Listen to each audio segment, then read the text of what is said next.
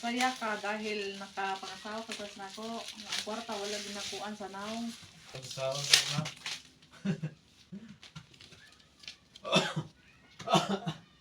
So, hello guys, for today's video is another DIY na naman ako or another wallpaper na naman tayo.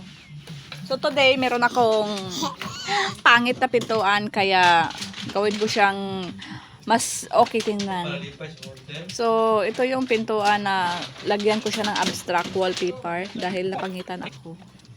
So, yung abstract wallpaper po natin is manipis. Manipis siya, para lang siyang papel, pero hindi naman siya madaling mapunit kagaya ng papel. And then, madikit naman siya.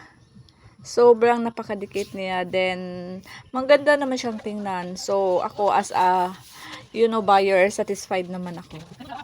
So, ito yung paglalagay ko. Ayan, maganda na siya tingnan. Nagmukha na siyang maganda tingnan. And kaakit-akit na siya tingnan. And then, okay na siya tingnan. So, satisfied na ako pag ganito. And meron akong pintuan sa labas na nasira din.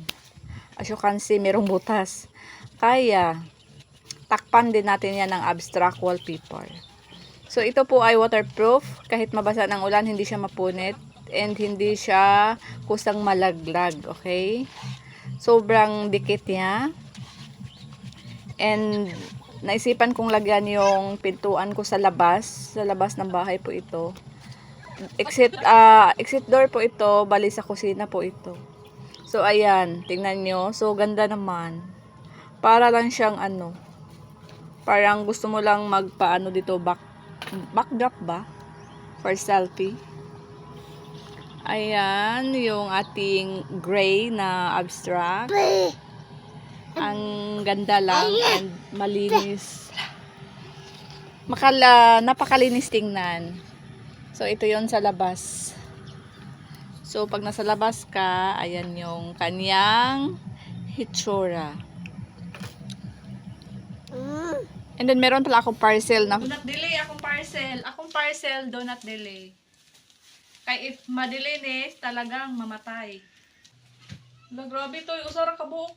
So, muna kung strawberry nga, pwede siya sa Pilipinas. Kumbaga, yung variety is pwede sa init. Usara man kabuk ni padala taon oy. Pero mamatay ni saon naman ang taon. So gintipid man ta sa seller oy, hopefully mabuhi ni siya. So yan.